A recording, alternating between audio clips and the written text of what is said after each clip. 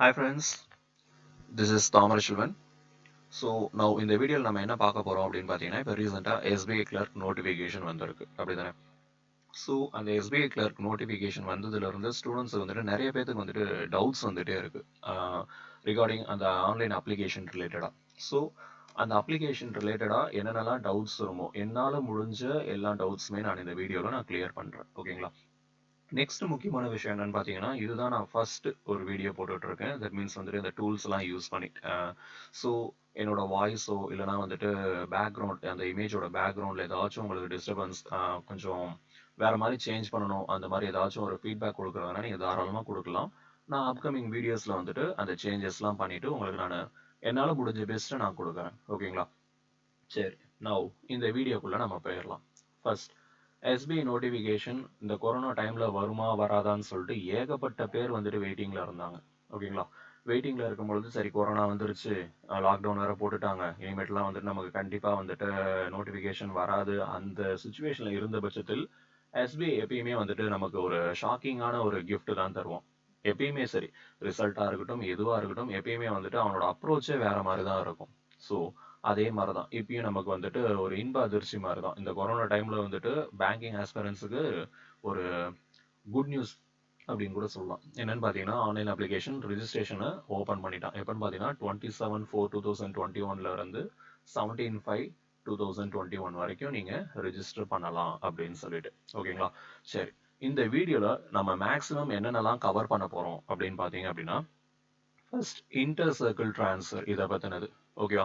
Next vacancy என்ன, next வந்துட்டு creamy நான் கிரீமி லேயர்னா என்ன, தென் ஏஜ் லிமிட் என்ன, அதை பற்றின டீட்டெயில்ஸ், எக்ஸாம் பேட்டர்ன் ப்ரிலிம்ஸுக்கு என்ன மெயின்ஸுக்கு என்ன, அப்புறமேட்டு அந்த லோக்கல் லாங்குவேஜை பற்றி, அப்ளிகேஷன் ஃபீஸு, தென் ஆன்லைன் அப்ளிகேஷனில் அந்த ஹேண்ட் ரிட்டன் டிக்ளரேஷன் இருக்கு இல்லையா, இதில் நிறைய பேர் வந்துட்டு ஓப்பன் பண்ணோடனே ஒரு சந்தோஷத்தில் வந்துட்டு எடுத்தோடனே அப்ளை பண்ணியிருப்பாங்க. ஆல்ரெடி ஓல்டு ஸ்டூடெண்ட்ஸ் எல்லாமே. ஓகேவா. நியூ ஸ்டூடெண்ட்ஸ் ஒன்றும் பிரச்சனை இல்லை. ஓல்டு ஸ்டூடெண்ட்ஸ் இன்கேஸ் அப்ளை பண்ணிட்டீங்க சார் என்ன பண்ணுறதுன்னு தெரியல அப்படின்னா அதுக்குண்டான சொல்யூஷனையும் நான் சொல்கிறேன். ஓகேவா.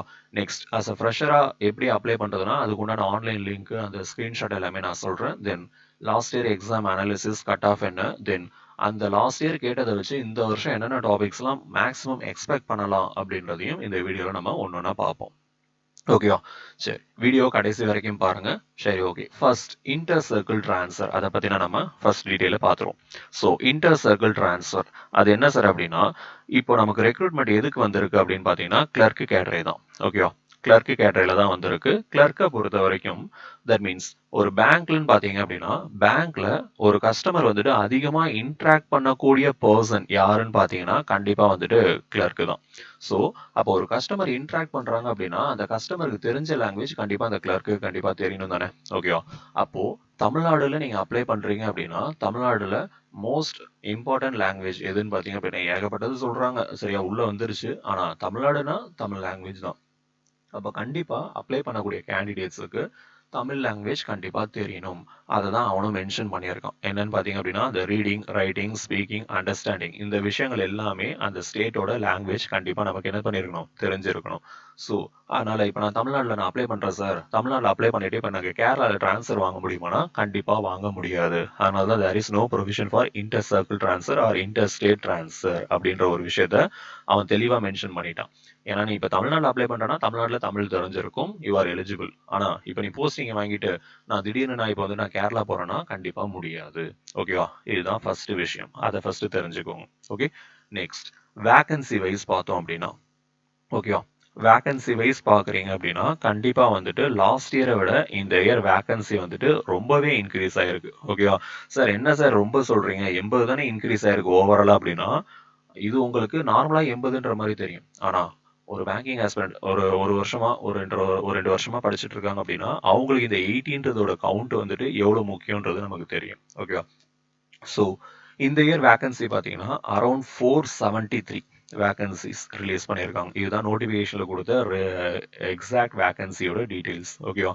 ஸோ நான் லாஸ்ட் இயரோடையும் நான் கம்பேர் பண்ணி காமிக்கிறேன். லாஸ்ட் இயர் பார்த்தீங்கன்னா எஸ்சி 74 இருந்தது, இந்த வருஷம் வந்துட்டு 89 மாறி இருக்கு. இங்கே 3 இருந்தது 4, 106 இருந்தது 127, இடபிள்யூஎஸ் 39 இருந்தது 47, 171 இருந்தது 206. ஸோ லாஸ்ட் இயர் 393 வேகன்சி இருந்த இடத்துல இந்த வருஷம் 473 வேகன்சிஸ், அரௌண்ட் 80+ வேகன்சி நமக்கு இன்க்ரீஸ் ஆயிருக்கு. இதுவே நமக்கு ஒரு பெரிய ப்ளஸ் பாயிண்ட். ஓகேவா? ஸோ ஏன்னா லாஸ்ட் இயர் வேக்கன்சி இருந்ததை வச்சு நம்ம கட் ஆஃப் பார்த்தோம் அப்படின்னா தமிழ்நாட்டுக்கு 62 இருந்துச்சு. ஓகேவா? ஸோ மேபி இந்த வருஷம் காம்படிஷன் ஹெவி ஆகுது. அது எல்லாமே டேலி பண்ணும்பொழுது அதே கட் ஆஃப் வரது கூட நமக்கு வாய்ப்புகள் இருக்கு. இது என்னோட ஒப்பீனியன். சரியா? நான் எக்ஸாம் கரெக்ட் பண்ணி பேப்பர் திருத்தி மார்க்லாம் போட போறது கிடையாது. ஓகேவா? என்னோட ஒப்பீனியன் தான் நான் சொல்லிட்டு இருக்கேன். ஓகே, சரி. ஸோ வேக்கன்சி வைஸ் பார்த்தோம்னா நமக்கு பெரிய ப்ளஸ்ஸே பார்த்தீங்க அப்படின்னா வேக்கன்சி இன்க்ரீஸ் ஆயிருக்கு எல்லா கேட்டகரிக்குமே. சரி, ஓகே. நெக்ஸ்ட் முக்கியமானது, எஸ்சி எஸ்டி கேண்டிடேட்ஸ் வந்துட்டு அவங்க வந்து இந்த கேட்டகரியில் அப்ளை பண்ணிடுவாங்க. இப்போ ஓபிசியில் நிறைய பேத்துக்கு டவுட் வந்தது என்னன்னு பார்த்தீங்கன்னா, சார் க்ரீமி லேயர் நான் க்ரீமி லேயர்னா என்ன? ஓகேவா? க்ரீமி லேயர் நான் க்ரீமி லேயர்னா என்ன, அது என்ன ப்ரொசீஜர், எப்படி நம்ம அப்ளை பண்ணணும், அதெல்லாம் கேட்டுட்டு இருந்தாங்க. ஓகேவா? சரி, அதையும் நம்ம பார்த்துடலாம். ஓகே, ஸோ க்ரீமி லேயர் அப்படின்றது என்ன அப்படின்னு பார்த்தீங்க அப்படின்னா, ஃபர்ஸ்ட் நோட்டிஃபிகேஷனில் என்ன மென்ஷன் பண்ணியிருக்கான், vacancy reserved for OBC category available for OBC candidate belonging to நான் க்ரீமி லேயர். அதாவது நீங்கள் நான் க்ரீமி லேயராக இருந்தால் மட்டும்தான் ஓபிசி கேட்டகரியில் அப்ளை பண்ண முடியும். அப்படி நீங்கள் இன்கேஸ் க்ரீமி லேயரில் இருந்தீங்கன்னா you are not entitled for relaxation.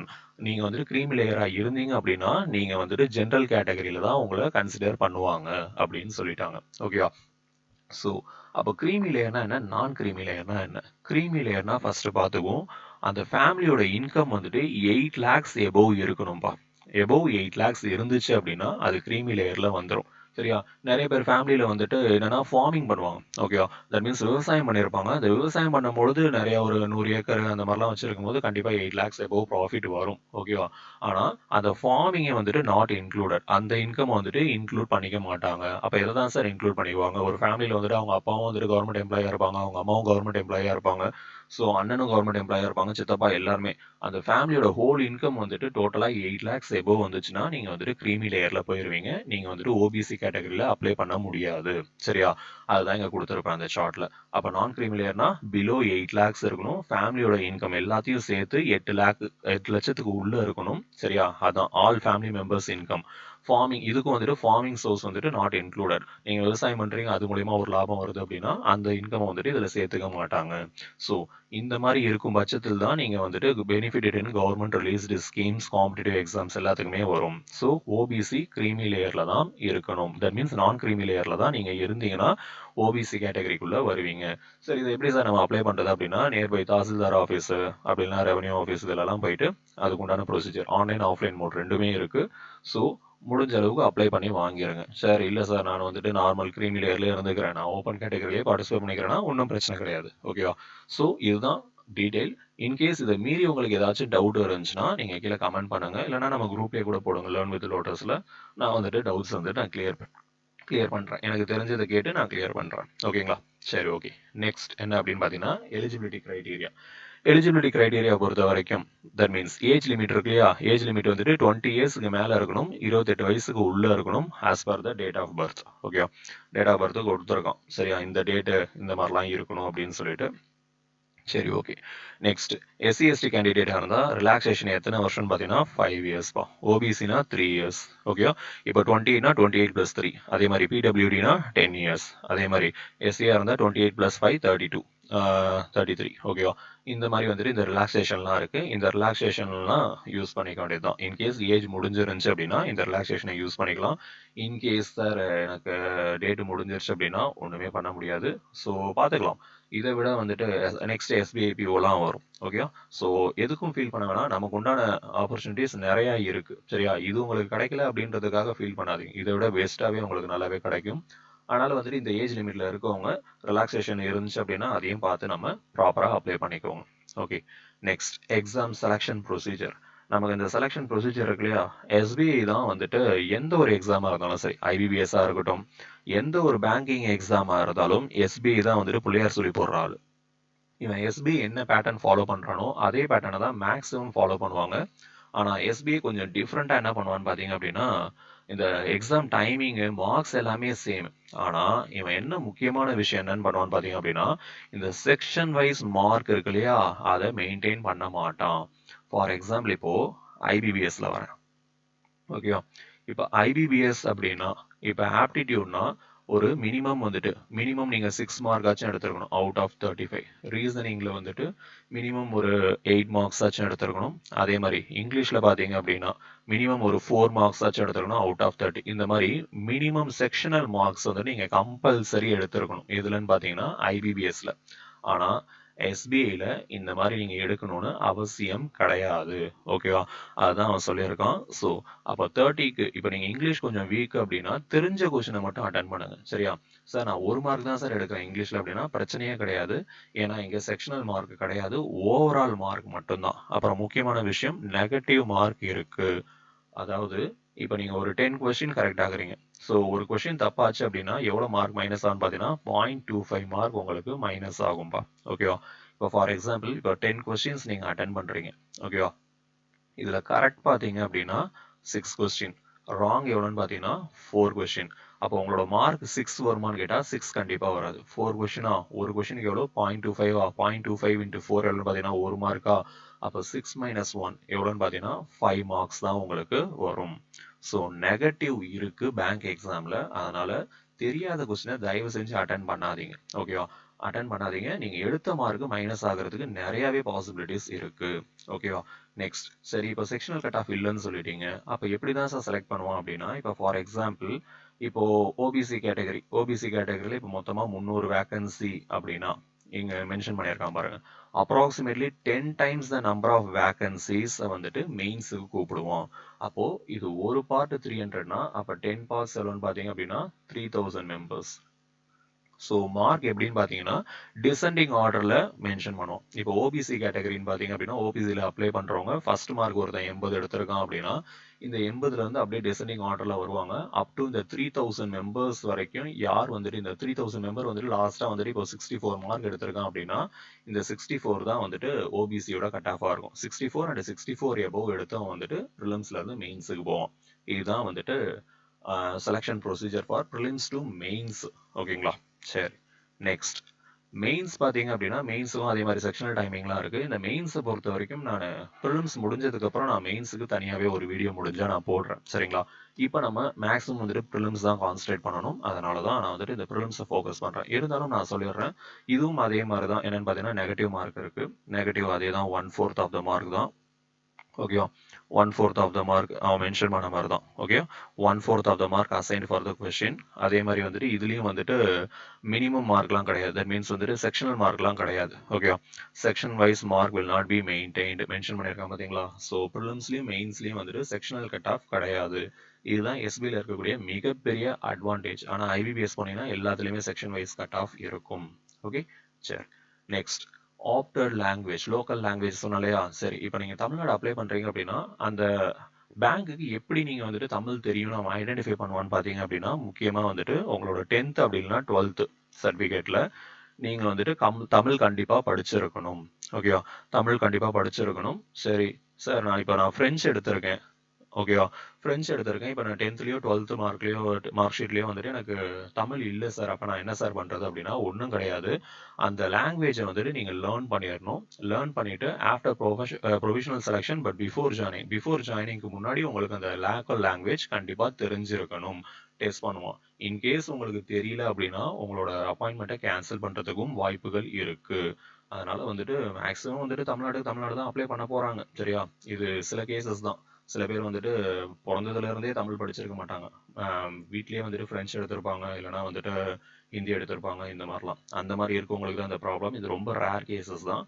So இதை பற்றின ஏதாச்சும் டவுட்னாலுமே நீங்கள் கமெண்ட் பண்ணுங்க, நான் கிளியர் பண்ணுறேன். ஓகே, நெக்ஸ்ட் ஃபீஸ் டீடைல்ஸ் பார்த்தீங்க அப்படின்னா எஸ்சி எஸ்டி பிடபிள்யூடி இவங்களுக்குலாம் பார்த்தீங்க அப்படின்னா ஃபீஸ் கிடையாது. ஜென்ரலுக்கு வந்துட்டு 750 ருபீஸ் வந்துட்டு ஃபீஸு.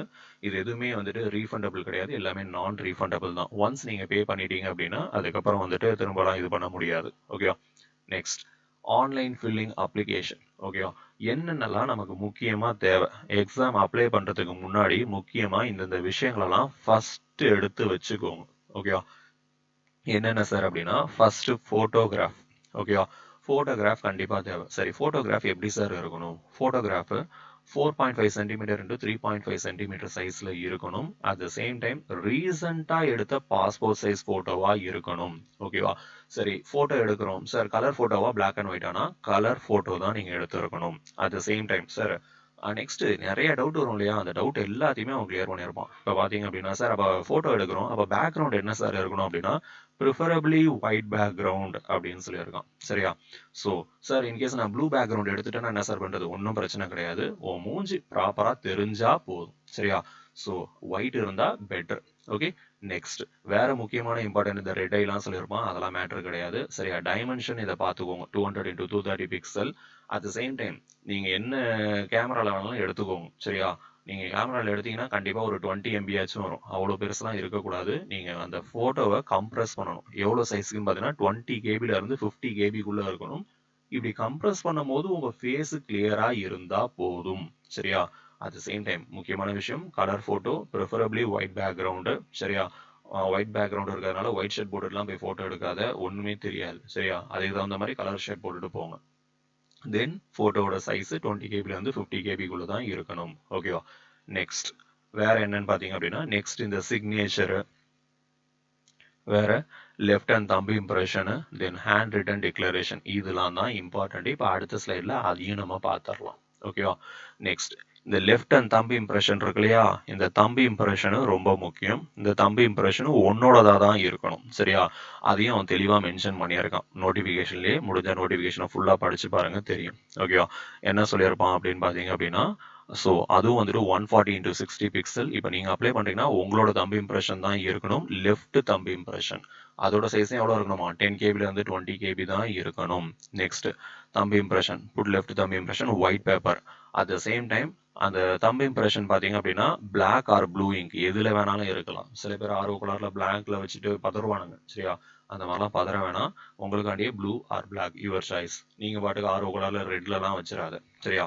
ஸோ தம்பு இம்ப்ரெஷன் ஒன்று பிளாக் அப்படின்னா ப்ளூ கலரில் தான் இருக்கணும். சைஸு இது என்னது, சாரி இங்கே நான் சொன்னது வந்துட்டு சைனுக்கு. ஓகேப்பா, ஒன்றும் பிரச்சனை இல்லை. சைன் வந்துட்டு ஒயிட் பேப்பரு பிளாக் இங்க்ல தான் போட்டிருக்கணும். ஓகேவா? கொஞ்சம் கோச்சிக்காதீங்க. ஓகேவா? சைன் வந்துட்டு பிளாக் இங்க் பென்ல தான் நீங்கள் போட்டிருக்கணும். ஸோ சைஸு 10ல இருந்து 20 KB. At the same time இந்த சைன் போடுறோம் இல்லையா, சைன் போடும் பொழுது சில பேர் வந்துட்டு சைன் வந்துட்டு கேபிட்டல் லெட்டர்ல போடுவானுங்க. அவங்களுக்காகவே கீழே கொடுத்துருக்கான், கேபிட்டல் லெட்டர் சைனை வந்துட்டு அக்செப்ட் பண்ணிக்க மாட்டாங்க. ஸோ சைன் ப்ராப்பரா போடுங்க. சைனோட சைஸ் பார்த்தீங்க அப்படின்னா 10 கேபி டு 20 கேபி தான் இருக்கணும். அதே மாதிரி பிளாக் இங்க்ல தான் இருக்கணும். லெஃப்ட் தம்பு இம்ப்ரெஷன் எதில் இருக்கணும்? பிளாக் ஆர் ப்ளூல எது வேணாலும் இருக்கலாம். 20 கேபில இருந்து 50 கேபிக்குள்ள இருக்கணும். ஓகேவா? ஸோ சைஸ்லாம் இங்கே மென்ஷன் பண்ணியிருக்கேன், அந்த சைஸுக்கு வந்துட்டு நீங்கள் இது பண்ணிக்கோங்க. ஓகே, நெக்ஸ்ட் முக்கியமாக இந்த டிக்ளரேஷன். ஸோ ஓல்டு கேண்டிடேட்ஸ், அதாவது வந்துட்டு லாஸ்ட் இயரும் வந்துட்டு எஸ்பிஐ கிளர்க்லாம் அப்ளை பண்ணியிருப்பாங்க. ஓகேவா? எஸ்பிஐ கிளர்க் அப்ளை பண்ணியிருப்பாங்க. அப்போ இருந்த டிக்ளரேஷன் வேற. ஓகேவா? இப்போ இருக்க டிக்ளரேஷன் இது. ஓகேவா? ஸோ இந்த டிக்ளரேஷன் என்ன பண்ணுங்க, ஒயிட் ஷீட்ல எழுதுங்க. ஓகேவா? இங்க இருக்க மாதிரியே எழுதுங்க. ஐ டேஷ்ன்னு போட்டுட்டு, இன்கேஸ் சில பேர் கேட்டாங்க நேம் ஆஃப் த கேண்டிடேட்டையும் நான் எழுதிட்டேன் சார், அதனால ரிஜெக்ட் பண்ணிடுவாங்களான்னு. அதெல்லாம் ஒன்றும் கிடையாது. நீங்க இதுல இருக்க மாதிரியே எல்லாத்தையும் அப்படியே கூட எழுதலாம். இல்லைன்னா அந்த பிராக்கெட்ல இருக்கு இல்லையா, இந்த பிராக்கெட்ல இருக்கிறது எடுத்துட்டு கூட உங்க நேமை மட்டும் கூட எழுதலாம். அதனால ஒன்றும் தப்பு கிடையாது. ஓகேவா? இங்க என்ன இருக்கோ இதை அப்படியே ஒயிட் ஷீட்ல எழுதி அதை அப்படியே ஸ்கேன் பண்ணி அப்லோட் பண்ணுங்க. ஓகேவா? அதுக்கும் அதே மாதிரியே சைஸ் கொடுத்துருப்போம், அந்த சைஸை வந்துட்டு பார்த்துக்கோங்க. சரியா? சரி, நெக்ஸ்ட் முக்கியமான விஷயம், சில பேர் வந்துட்டு வந்தோடனே வந்துட்டு ஒரு உணர்ச்சி வசத்துல வந்துட்டு அப்ளை பண்ணியிருப்பாங்க, இந்த டிக்ளரேஷனை அப்லோட் பண்ணாம பழைய டிக்ளரேஷனை அப்லோட் பண்ணியிருப்பாங்க. சார் அப்போ என்னோட ஃபார்மை ரிஜெக்ட் பண்ணிடுவாங்களா அப்படின்னு கேட்டாங்கன்னா கண்டிப்பா ரிஜெக்ட் பண்ணிடுவாங்க. சரி, அப்போ அதுக்கு என்ன சார் சொல்யூஷன் அப்படின்னா ஒன்றும் கிடையாது. நீங்க ஃபீஸ் எல்லாமே நீங்க பே பண்ணிட்டீங்க அப்படின்னா அந்த காசை மறந்துடுங்க. ஓகேவா? திரும்ப ஃப்ரெஷ்ஷாக அப்ளை பண்ணுங்க. அப்ளை பண்ணி இந்த டிக்ளரேஷன் எல்லாத்தையுமே ப்ராப்பராக கொடுங்க. ரீசெண்டாக என்ன அப்ளிகேஷன் நீங்கள் ஃபில் பண்ணுறீங்களோ அதை தான் வந்துட்டு அவன் கன்சிடர் பண்ணுவான். உங்கள் நேமில் உங்கள் டீட்டெயில்ஸில் 2 அப்ளிகேஷன் வருதுன்னா ரீசெண்டாக இருக்கக்கூடிய அப்ளிகேஷனை தான் அங்கே அக்செப்ட் பண்ணிக்குவாங்க. ஸோ ஆல்ரெடி பழைய டேட்டாஸ்லாம் கொடுத்து நான் அப்ளை பண்ணிட்டேன் சார் அப்படின்னா ஒன்றும் பிரச்சனை இல்லை. அமௌண்ட் போனால் போயிட்டு போகுது, திரும்பவும் அப்ளை பண்ணுங்க, வேற வழி கிடையாது. ஓகேவா? சரி, நெக்ஸ்ட் இந்த ஆன்லைன் அப்ளிகேஷன் லிங்க் மேலே இங்கே கொடுத்துருக்கேன் பாருங்க, HTTPS IBPS ஆன்லைன். மேக்ஸிமம் இது நமக்கு தெரியும். ஸோ ஓப்பன் பண்ணீங்க அப்படின்னா இந்த மாதிரி தான் ஓப்பன் ஆகி வந்து நிற்கும். Click here for new registration கொடுத்து நீங்கள் என்ன பண்ணிக்கோங்க, அப்ளை பண்ண ஸ்டார்ட் பண்ணிடுங்க. அப்ளை பண்ணீங்க அப்படின்னா அப்ளை பண்ணுறதுக்கு முன்னாடி நான் சொன்ன மாதிரி photo, signature, thumb impression, declaration இது 4மே தெரிஞ்சிருக்கணும். அட் த சேம் டைம் உங்களோட சர்டிஃபிகேட்டோட கோர்ஸ் கம்ப்ளீஷன் டேட் தெரிஞ்சிருக்கணும். அந்த மேக்ஸிமம் அப்ளை பண்ணுறதுக்கு முன்னாடி ஃபர்ஸ்ட் ஒரு லிங்க் ஓப்பன் பண்ணி பாருங்க. ஓகேவா? ஓப்பன் பண்ணிங்கனாலே தெரியும். உள்ள மேக்ஸிமம் வந்துட்டு எல்லாமே வந்து நமக்கு தெரிஞ்ச டீட்டெயில்ஸ் தான். அதனால வந்துட்டு ப்ராப்பராக கொடுங்க. அட் த சேம் டைம் இன்னொரு முக்கியமான விஷயம், அப்ளை பண்ணும் பொழுது வந்துட்டு சிபில்ல ஏதாச்சும் ப்ராப்ளம் இருக்கா அப்படின்லாம் கேட்பாங்க. சரியா? ஸோ லாஸ்ட் இயர் SBI POவில் செலக்ட் ஆன கேண்டிடேட்ஸ் ஃபைனலாக அப்பாயின்மெண்ட் ஆர்டர் கொடுத்து ஃபைனலாக வந்துட்டு சிபில் ஸ்கோர் ப்ராப்ளம் வந்து ரிஜெக்ட் பண்ணியிருக்காங்க. ஸோ SBIயில் கண்டிப்பாக வந்துட்டு அந்த சிபில் ஸ்கோர் செக் பண்ணுவோம். இன்கேஸ் நீங்கள் எஜுகேஷன் லோன் எடுத்திருக்கீங்க, நீங்கள் ரீபேமெண்ட் பே பண்ண ஸ்டார்ட் பண்ணலை அப்படின்னா, சிபிலில் லோன் ஏதாச்சும் எடுத்திருக்கீங்க அப்படின்னா எஸ் கொடுத்துருங்க. லோன் கொடுக்காதீங்க. நம்ம லோன் கொடுத்தா அவன் என்ன கிராஸ் செக் பண்ண போறானா நீங்கள் நினைக்காதீங்க. ஒன்ஸ் கிராஸ் செக் பண்ணா அப்படின்னா நீங்கள் மால் ப்ராக்டிஸ் பண்ண மாதிரி தான் அர்த்தம். உங்களோட அப்ளிகேஷனை ரிஜெக்ட் பண்ணிடுவான். இன்கேஸ் சார் நான் ரீபேமெண்ட் ஸ்டார்ட் பண்ணிட்டேன் சார், இப்போ நான் என்ன சார் பண்ணுறது அப்படின்னாலுமே அப்பயும் நீங்கள் எஸ் கொடுங்க. எஸ் கொடுங்க, ஒன்றும் பிரச்சனை கிடையாது. ஸோ அந்த செக்கிங் வரும்பொழுது நீங்கள் ரீபேமெண்ட் பண்ணிட்டு இருக்கீங்க அப்படின்னா உங்களுக்கு எந்த ப்ராப்ளமும் வராது. லோன் எடுத்துட்டு இந்த ஏதாச்சும் ஒரு கவர்மெண்ட் வந்தால் நமக்கு லோன் தள்ளுபடி பண்ணிடுவான் அப்படின்னு இருப்பீங்க பார்த்தீங்களா, அந்த கேட்டகரி. நானும் அப்படிதான் இருந்தேன். சரியா? ஸோ அந்த மாதிரி கேட்டகரியில் இருக்கக்கூடிய கேண்டிடேட்ஸ் என்ன பண்ணுங்க, எஸ்னே கொடுங்க. எஸ்னே கொடுத்துருங்க. ஃபைனலாக என்ன ப்ராப்ளம் வரணும்னு சொல்லிடுறேன். அப்பாயின்மெண்ட் ஆர்டர் கொடுக்கும் பொழுது நீங்கள் ஒரு பார்ஷியல் அமௌண்ட்டாச்சும் பே பண்ணாதான் உங்களுக்கு அப்பாயின்மெண்ட் ஆர்டர் தருவோம் அப்படின்னு சொல்லிடுவோம். சரியா? நீங்கள் அப்போ பே பண்ணிட்டீங்கன்னா உங்களுக்கு ப்ராப்ளம் கிடையாது. நீங்கள் கடனை எடுத்துட்டு அவன் எப்படா நம்மளை கண்டுபிடிப்பான்னு சொல்லிட்டு நோ கொடுத்துட்டீங்க அப்படின்னா உங்களை கேள்வியே கேட்க மாட்டான். நீ ஃபுல் அமௌண்ட் நான் பே பண்ணுறேன், எனக்கு அப்பாயின்மெண்ட் ஆர்டர் கொடுனாலும் கொடுக்க மாட்டான். சரியா? ஸோ தப்பான டீட்டெயில்ஸ் எதையும் கொடுக்காதீங்க அப்ளிகேஷன் ஃபார்மில். ஓகேவா? சரி. Now last year exam analysis. ஓகேவா? ஸோ லாஸ்ட் இயரை வச்சு இந்த வருஷத்தை நம்மளால ப்ரெடிக்ட் பண்ண முடியாது. இருந்தாலும் நான் சொல்கிறேன். ஓகேவா? லாஸ்ட் இயர் மொத்தம் ஒரு 3 நாள் நடந்துச்சுப்பா. ஒரு நாளைக்கு 4 ஸ்லாட்டு, அப்போ 3 நாளைக்கு அப்படின்னும் போது மொத்தமாக ஒரு 12 ஸ்லாட் நடந்துச்சு எக்ஸாம் எனக்கு தெரிஞ்சு. ஓகேங்களா? இந்த 12 ஸ்லாட்லையுமே ஸ்டூடெண்ட் சொன்ன ஒரு விஷயம் என்னன்னு பார்த்தீங்க அப்படின்னா, எவ்வளோ அட்டன் பண்ண முடிஞ்சுச்சு அப்படின்னா 65 to 75 இந்த ரேஞ்சுக்குள்ள தான் ஸ்டூடெண்ட்ஸ் எல்லாருமே அட்டன் பண்ணியிருந்தாங்க. ஓகேவா? சரி. அப்போ இவ்வளோ அட்டன் பண்ணியிருக்காங்களே, சில பேர்லாம் வந்துட்டு வேற லெவல் அட்டன் பண்ணியிருப்பான். 95லாம் சொல்லுவோம். இந்த கேஸ் எல்லாம் விட்டுரு, இவன்லாம் நம்ம கணக்கிலேயே கிடையாது. ஓகேவா? இவன்லாம் ஏலியன் லெவல், இவனெல்லாம் விட்டுரு. ஓகேவா? மேக்ஸிமம் ஆவரேஜா எல்லா ஸ்டூடெண்ட்ஸுமே அட்டன் பண்ண ரேஞ்ச் என்னன்னு பார்த்தீங்கன்னா 65 to 75. Last year cut of தமிழ்நாட்டுக்கும் எவ்வளோன்னு பார்த்தீங்கன்னா 62 தான் இருந்துச்சு. ஓகேவா? 62 அரௌண்ட் 62 இருந்துச்சுன்னு நினைக்கிறேன். ஓகேவா? ஸோ இது மாதிரி தான் இருக்கும். சரி. லாஸ்ட் இயர்ல என்னென்னலாம் டாபிக்ஸ் வந்துச்சு, மொத்தமாக அந்த 12 ஸ்லாட் நடந்துச்சு இல்லையா, அந்த 12 ஸ்லாட்லையுமே மோஸ்ட் ரிப்பீட்டட் டாபிக்ஸை நான் இங்கே சொல்லியிருக்கேன். இதுதான் ஆப்டிடியூட்லையும் இருக்கக்கூடிய டாபிக்ஸ். இந்த வருஷம் நமக்கு கேட்டாலுமே இதே டாபிக்ஸ்ல இருந்தால் நமக்கு ரிப்பீட் ஆகும்.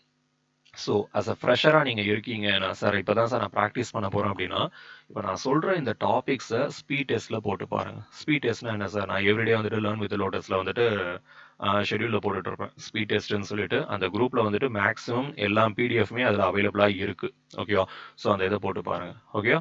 Data interpretation minimum 10 to maximum 15 marks based on batch வந்துட்டு வேரி ஆகும். அதனால தான் அந்த வேரியேஷனுக்கு நான் இங்கே இதை கொடுத்துருக்கேன். So missing number, wrong number எது வேணாலும் வரலாம் அந்தந்த ஸ்லாட்டுக்கு. அதே மாதிரி தான் simplification, approximation 10 to 15 marks.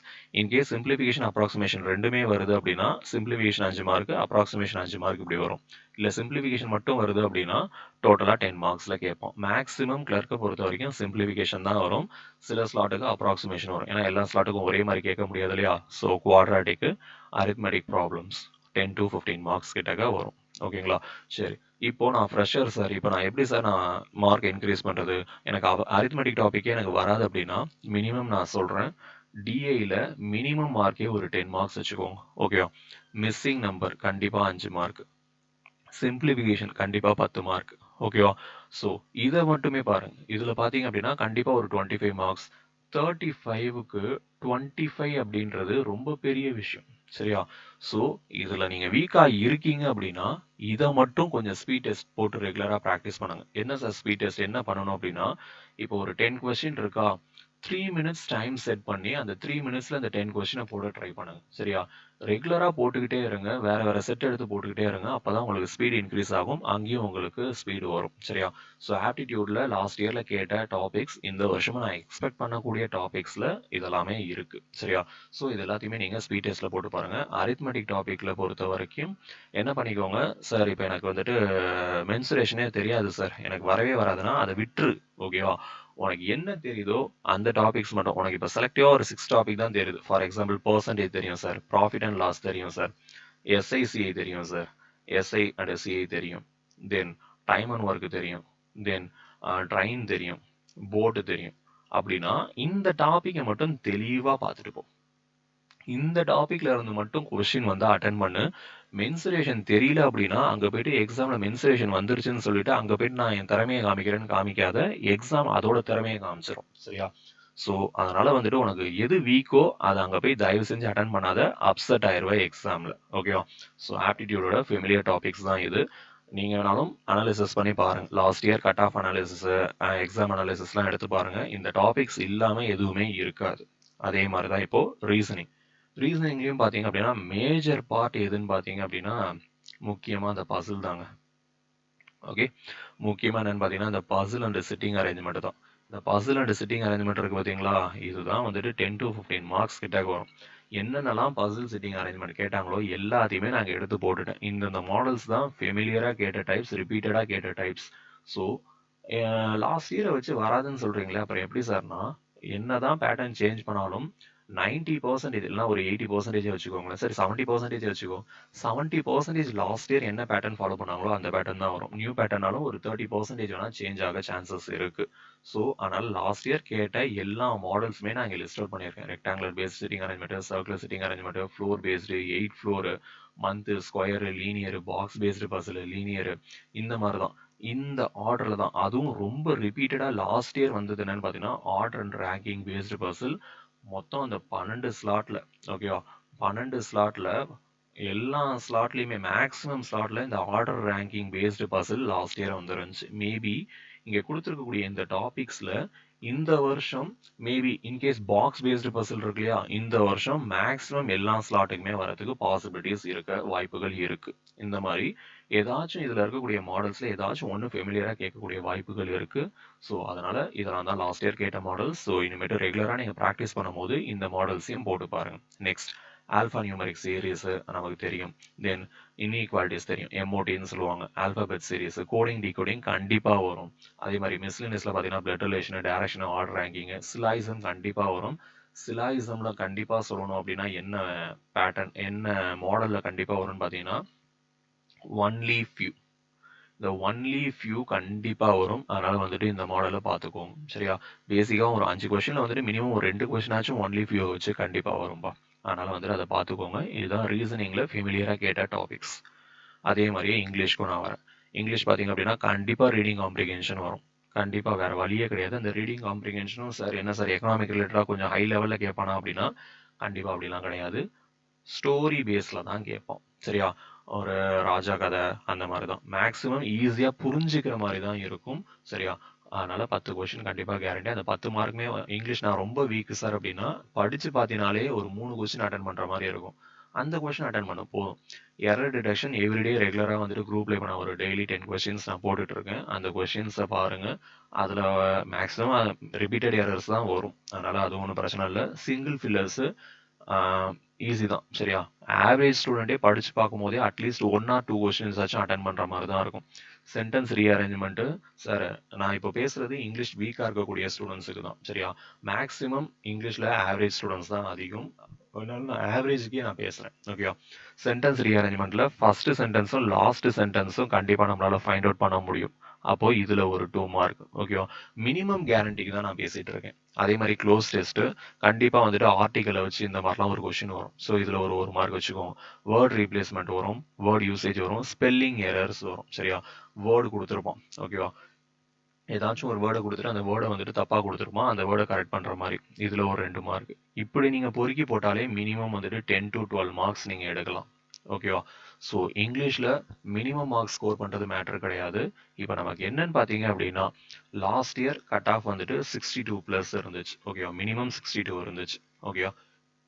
So அப்போ இந்த வருஷம் நம்ம எவ்வளோ டஃப்பாக கேட்டாலும் எவ்வளோ சார் நம்ம அட்டென்ட் பண்ணுறது, எவ்வளோ சார் சேஃப் அட்டெம்ப்ட் அப்படின்னா, மினிமம் ஒரு 70 பிளஸ் கொடுத்தீங்கன்னா சேஃப் அட்டெம்ப்ட்.